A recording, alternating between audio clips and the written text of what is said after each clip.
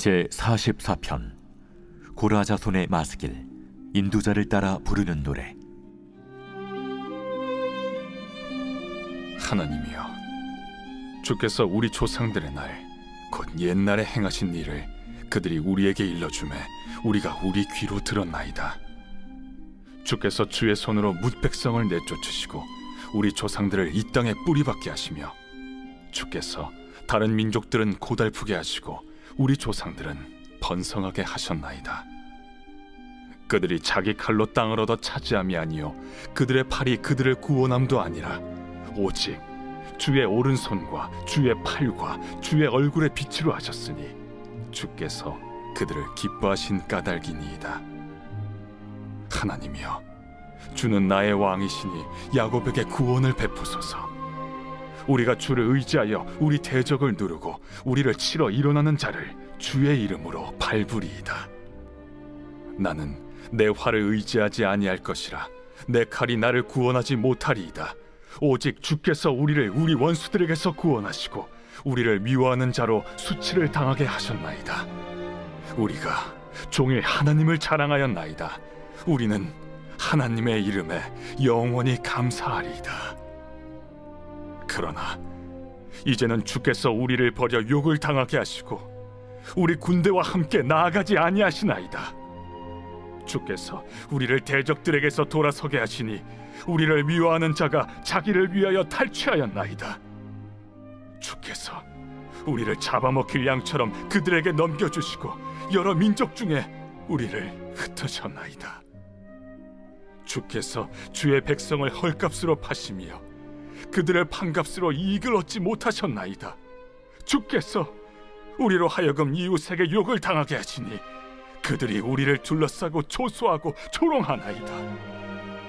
주께서 우리를 뭇 백성 중에 이야깃거리가 되게 하시며 민족 중에서 머리 흔들림을 당하게 하셨나이다. 나의 능욕이 종일 내 앞에 있으며 수치가 내 얼굴을 덮었으니 나를 비방하고 욕하는 소리 때문이요 나의 원수와 나의 복수자 때문이니이다. 이 모든 일이 우리에게 임하였으나 우리가 주를 잊지 아니하며 주의 언약을 어기지 아니하였나이다. 우리의 마음은 위축되지 아니하고 우리 걸음도 주의 길을 떠나지 아니하였으나 주께서 우리를 승냥이의 처소에 밀어넣으시고 우리를 사망의 그늘로 덮으셨나이다. 우리가 우리 하나님의 이름을 잊어버렸거나 우리 손을 이방신에게 향하여 폈다면 하나님이 이를 알아내지 아니하셨으리이까.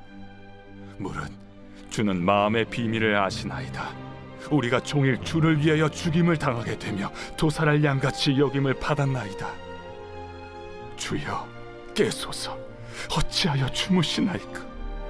일어나시고 우리를 영원히 버리지 마소서. 어찌하여 주의 얼굴을 가리시고 우리의 고난과 압제를 잊으시나이까.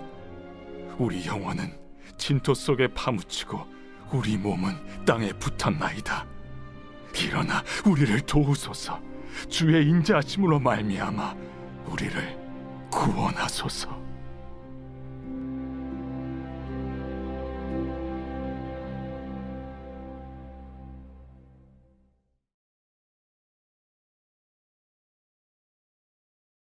할렐루야. 오늘 우리에게 주신 하나님의 말씀은 시편 44편 1절부터 26절 말씀입니다. 오늘 말씀의 제목은 하나님 어찌 이러십니까? 입니다. 저는 음대에서 작곡을 전공했는데요. 작곡과 2학년이 되면 전공 필수로 서양 음악사를 들어야 합니다. 그 수업을 들어야 되는 거죠. 그 수업은요, 말 그대로 서양 음악의 역사를 배우는 건데요. 모두가 아시다시피 역사라는 과목의 특징은 암기가 필수라는 거죠. 음악사 책도 상당히 두꺼웠는데요. 문제는 이 책뿐만 아니라 참고 도서까지도 읽고 음악의 역사를 정말 줄줄 외워야 되는 그런 과목이었다는 게 문제였습니다. 상당히 외울 게 많았어요. 가뜩이나 외울 것도 많고 참고할 것도 많았기 때문에요. 우리는 시험을 준비할 때 교수님께서 꼭 중요하다고 짚어주신 것 위주로 암기하면서 시험을 준비했습니다. 그리고 당연히 중요한 부분이니까 이걸 알아야 된다라는 생각도 있었죠. 그리고 중간고사 날 그 시험지를 받아든 순간 우리는 너나 할 거 없이 탄식이 나왔어요. 하늘이 노래지는 것을 경험하게 됐습니다. 저 역시도요, 정말 속에서 욕이 치밀어 올랐습니다. 얼핏 봐도요. 50점 넘기기 힘든 거예요. 시험지 보니까요. 과연 이런 텍스트가 책에 있었나 이런 싶었던 부분만 출제가 됐습니다. 중요하다고 짚어준 것은요. 몇 개만 나왔을 뿐 대부분 우리가 지나친 부분에서 출제가 됐는데요. 아니 그렇게 생각을 했습니다. 뒤통수를 제대로 세게 맞은 느낌이었어요. 시험이 끝나자마자 모두가 음악사 책과 참고도서를 펼쳐놓고 시험장을 떠나질 못해요. 문제를 복기를 하는 겁니다. 그리고 우리 모두는요.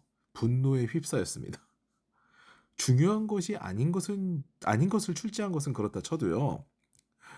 주석격으로 달린 작은 이탈릭체의 보조 설명에서 문제가 출제된 거는요. 선을 한참 넘은 느낌이었죠. 다음 주에 학생들이 날선 질문을 쏟아놉니다. 교수님, 우리는 열심히 공부했는데 문제를 이렇게 내시면 어떡해요? 중요하다고 짚어주신 것은 거의 다 안 나왔잖아요. 그러니까 교수님 이렇게 말씀하셨습니다. 야, 니들이 중요한 것은 다 외웠을 거 아니야. 그거 이상으로 작은 주석까지 본 녀석이 좋은 점수 맞아야지. 이 황당한 대답에 우리는 너무 기가 막혔어요. 그리고 교수님은요. 기말고사 때 또 한 번 제대로 뒤통수를 쳤습니다. 이번엔 중요한 부분에서 출제한 거죠.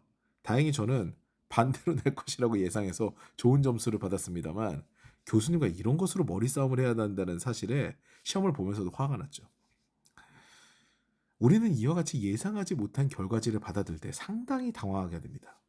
중요한 부분을 암기했는데 그 노력이 무용지물이 되듯 우리가 신앙생활 열심히 하면서 하나님 앞에 올바로 살려고 애를 쓰는 그런 삶을 산다고 생각했는데 고난을 만나면요. 그때는 하나님이 원망스럽고 의심이 들고 하죠. 오늘 본문인 시편 44편이 그런 내용을 담고 있습니다. 시편 44편은요. 시편 150편 중에 11편 정도가 속하는 공동체 탄원시입니다. 표제는요. 고라자손의 마스길이라고 달려있는데요. 마스길은 제가 몇 번 말씀드렸죠. 교훈시를 의미합니다. 고라 하면 생각나시죠? 다단 그리고 아비람과 함께 광야에서 모세에게 반역한 그자가 맞습니다.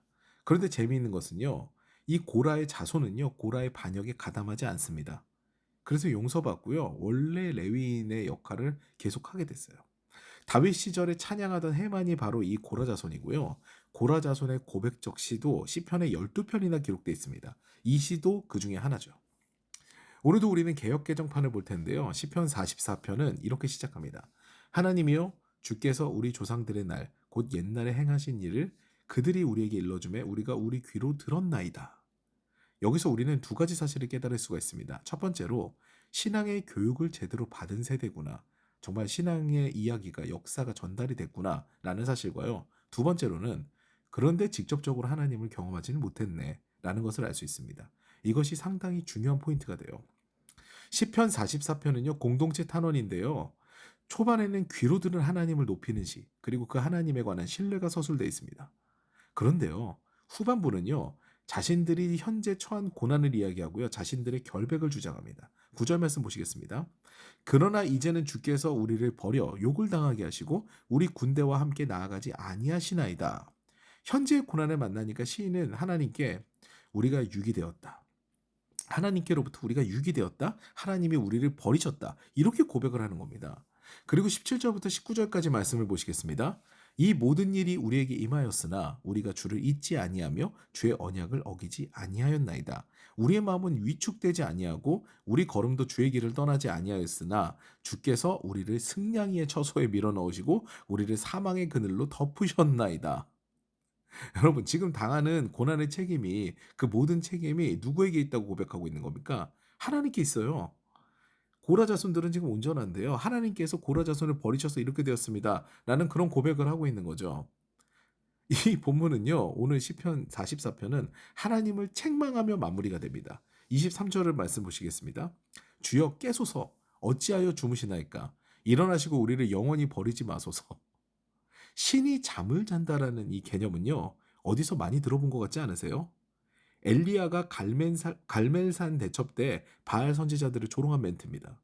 야 너희 기도가 안 이루어지는 것을 보니까 바알이 자고 있을지 모른다. 깨워라 한 거죠.